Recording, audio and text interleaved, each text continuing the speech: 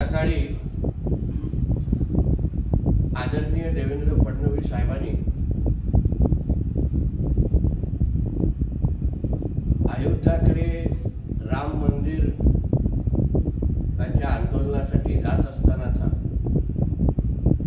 कर सेवासाठी जात असताना एक फोटो ट्विट केला आणि परत एकदा शिक्कामोर्तब करून टाकली की आदरणीय देवेंद्र फडणवीस जी एक प्रखर राम भक्त आहेत, प्रखर हिंदुत्ववादी आहेत आणि त्यांचा प्रत्यक्ष त्या राम मंदिराच्या आंदोलनामध्ये जिथे बाबरीचा कलंकित ढाचा कर सेवकांनी तोडून उद्या तिथे भव्य असा राम मंदिर उभं राहत आहे, त्याचा फोटो ट्विटरवर टाकलेला आहे। आम्हाला प्रत्येक भारतीय जनता पक्षाच्या कार्यकर्त्याला अभिमान आहे की ज्यांच्या नेतृत्वाखाली आज आम्ही काम करतोय ते देवेंद्र फडणवीस साहेबांचा फोटो पाहून आम्हाला अभिमान वाटला। आता जसा देवेंद्र फडणवीस साहेबांनी त्यांचा फोटो ट्विट केला तसाच उद्धव ठाकरे, संजय राजाराम राऊत हे असा फोटो महाराष्ट्राच्या आणि देशाच्या जनतेला दाखवू शकतात का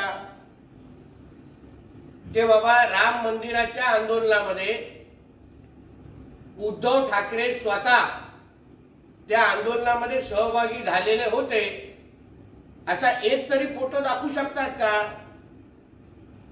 संजय राजाराम राऊत ज्याचा उल्लेख करतोय की कोर्टामध्ये जेव्हा ही राम मंदिर आंदोलनाची केस सुरू झाली त्या यादीमध्ये संजय राजाराम राऊतचं नाव आहे। मी त्याला सांगेन की तेव्हा तो सामनाचा कामगार म्हणून तिथे उपस्थित होता, सामनाकडून पगार मिळाला नसता तो तिथे कोर्टामध्ये हजर पण झाला नसता।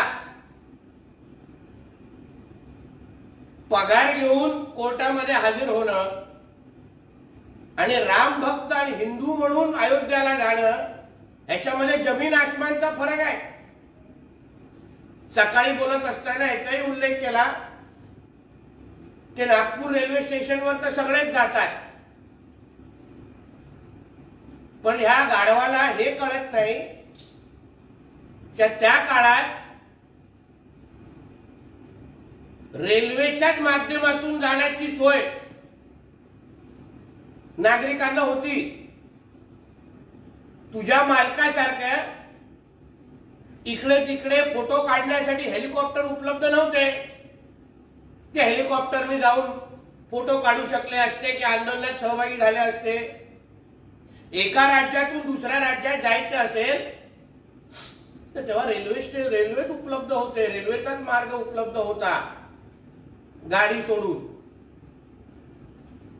आणि आतापर्यंत जे देवेंद्र फडणवीस साहेब जे बोलतायत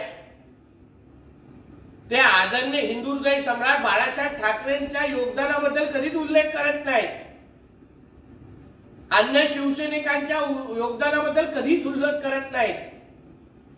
पिढ्यानपिढ्या हे कोरलं गेलेलं आहे की राम मंदिराच्या आंदोलनामध्ये हिंदू हृदय सम्राट बाळासाहेब ठाकरेंचा सिंहाचा वाटा होता, त्याला कोणीही चॅलेंज किंवा आव्हान करू शकत नाही। पण देवेंद्र फडणवीस साहेब असं विचारतायत की सातत्याने राम मंदिरावर टीका करणारे उद्धव ठाकरे आणि संजय राजाराम राऊत यांच्या योगदानाचं काय? फक्त या दोघांच्या योगदानाचा प्रश्न विचारला जातोय, शिवसेनेचा आणि बाळासाहेब ठाकरेंच्या योगदानाचं नाही। म्हणून 90 कमी मारून अगर हा मुद्दा समजून घेतला तर कदाचित हा मुद्दा चांगल्या पद्धतीने संजय राजाराम राऊतला समजेल। म्हणून परत एकदा मी उद्धव ठाकरेला आवाहन करीन, संजय राजाराम राऊतला आवाहन करीन. सकाळी बोललाय की काहीतरी सुभाष देसाईच्या माध्यमातून उद्या काहीतरी नाशिकला प्रदर्शन भरलं जात आहे, तर एक फोटो, एक पुरावा उद्धव ठाकरे आणि संजय राजाराम राऊतचा, दुसऱ्या शिवसैनिकांचा नाही, बाळासाहेब ठाकरेंचा नाही. कारण का तुमच्या नशिबात राम लल्लाचं दर्शन उद्या लिहिलेलं नाही. तुम्हाला आमंत्रण पण स्पीड पोस्टनी दिलेलं आहे ना. प्रभू रामचं दर्शन उद्या होणार आहे. आणि तुमचं नशीब एवढा खराब की आज शिवनेरीला जाण्याच्या जो तुमचा हेलिकॉप्टर आहे त्याची पण लँडिंग तुम्हाला भेटलेली नाही. म्हणजे ना रामानी दर्शन दिलं ना शिवरायांनी तुम्हाला बोलवलं. अशा पद्धतीचे नतद्रष्ट आणि दलिद्री लोक म्हणजे उद्धव ठाकरे आणि हा संजय राजाराम राऊत हा ना देवाचा होऊ शकला ना शिवरायांचा होऊ शकला. आणि म्हणून दुसऱ्यांचे पुरावे मागण्या अगोदर तुझ्या दोघांचा पुरावा द्या आणि मग थोबाड उघडा. धन्यवाद. ईव्हीएम आणि वन नेशन वन इलेक्शन सर्व फ्रॉड आहे, भाजपने सत्तेवर राहण्यासाठी टाकलेलं ते जाळं आहे असंही संजय राऊत म्हणतात. का मग हा फ्रॉड 2014च्या अगोदर दिसला नाही? जेव्हा तुमचे खासदार उद्धव ठाकरेच्या लायकी नसताना पण 18 खासदार जेव्हा आदरणीय मोदी साहेबांच्या नेतृत्वाखाली जेव्हा तुमच्या तेव्हाच्या शिवसेनेचे निवडून यायचे तेव्हा तुम्हाला हा फ्रॉड वाटला नाही की ईव्हीएम हा फ्रॉड आहे? तेव्हा तर तुम्ही 18 खासदार घेऊन सगळीकडे नाचायचे, मोदी साहेबांचे गुणगान गायचे. मग आता तुम्हाला वन नेशन वन इलेक्शन आणि ईव्हीएम फ्रॉड का वाटतंय? म्हणजे 14च्या अगोदर फ्रॉड नव्हता. आणि तुमचा जेव्हा मोदीजींचा आशीर्वाद आता डोक्यावर हात असणार नाही आणि तुमचा एक पण खासदार निवडून येणार नाही ह्याची तुम्हाला शाश्वती असल्यामुळे आता तुम्ही फ्रॉड नावाने बोंबणार. संजय राऊत असंही म्हणतायत ज्या दिवशी ईव्हीएम या देशातून जाईल त्यावेळेला भाजप ग्रामपंचायतीची निवडणूक सुद्धा जिंकू शकणार नाही. अगोदर त्यांनी वाराणसीतल्या निवडणुकी ईव्हीएम शिवाय घेऊन जातात. या गाढवाला एवढं कळत नाही. ग्रामपंचायतीच्या निवडणुकीमध्ये कुठल्या पक्षाचे चिन्ह असतं का? ज्यांनी एक साधं एक ग्रामपंचायत स्वतः लढवली नाही, स्वतः एक नगरसेवकची निवडणूक लढवली नाही, तो अशाच भाषा करणार. म्हणून तर मी तुम्हाला बोललो ना, उद्या जी काय नाशिकला जी शिबिर होत आहे ना त्याच्यामध्ये सगळे जिवंत मुर्दे आहेत. श्रद्धांजली सभा आहे ती, त्याला काय पक्षाची शिबिर म्हणत नाही.